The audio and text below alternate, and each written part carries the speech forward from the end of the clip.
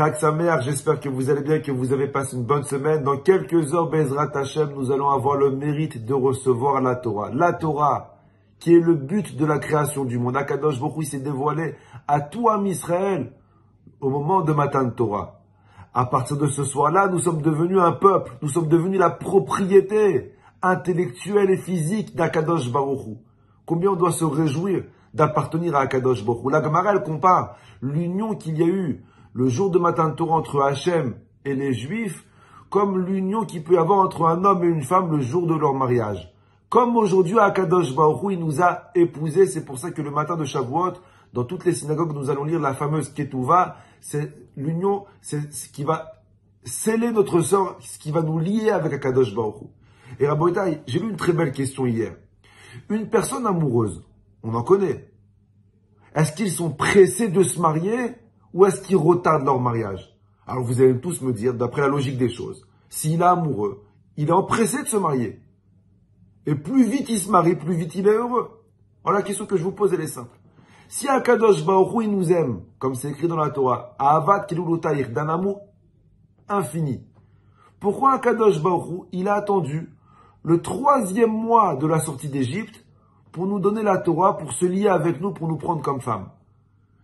Akadosh Baruch Hu, il aurait dû nous épouser la première semaine, dès qu'il nous a libérés d'Égypte. On a été libérés le mois de Nissan. Entre-temps, il y a eu Nissan, Iyar, Sivan, 3 mois. Pourquoi Hachem, il a attendu 3 mois? Si Hachem, il veut nous marier, s'il est pressé, il avait qu'à nous donner la Torah la même semaine qu'il nous a libérés d'Égypte. On aurait fêté Pesach et Shavuot en même temps. Pourquoi Akadosh Baruch Hu, il a attendu 3 mois? Il y a une Gemara dans Shabbat qui dit comme ça. Baruch Hashem, béni soit Hashem. Shenatan Torah Meshuleshet. Béni soit Dieu qui a donné une Torah triple. Ça veut dire quoi une Torah triple? On sait comme quoi la Torah elle est composée. Torah, Nevim, Ktuvim, le Tanakh. Donc béni soit Hashem qui nous a donné une Torah qui est triple. Un peuple qui descend des triplés. Avraham, Yitzhak et Yaakov.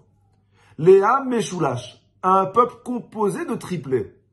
Cohen, Lévi, Israël. Aliédé Meshulash, avec l'intermédiaire d'un triplé.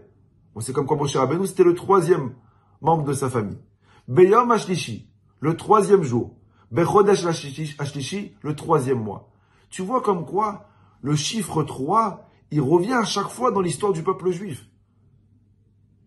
Pourquoi ce chiffre 3, il revient autant? Hachem, il a donné la Torah le 3e jour, le 3e mois, à travers la 3e personne, une Torah qui est triplée, un peuple triplé. Pourquoi le chiffre 3, il revient souvent? J'ai eu une très belle réponse dans la Chassidoute. Qu'est-ce qui symbolise le chiffre 3? Dans la Chassidoute, c'est écrit, le chiffre 1, il symbolise Dieu.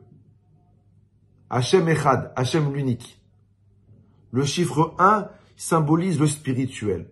C'est ce moment-là où on est à la synagogue le jour de Kippour, à la Neila, quelques jours avant la fin du jeûne, et le rabbin, il vous dit, Rabotai, maintenant, vous êtes seul avec vous et Dieu. C'est le chiffre 1, c'est le chiffre de la spiritualité. Le chiffre 2, c'est le chiffre de la matérialité. C'est ce moment-là où, après Kippour, tu es devant ton petit café et tu as complètement oublié comme quoi tu avais jeûné aujourd'hui. Tellement que tu es concentré dans ton café. La matérialité.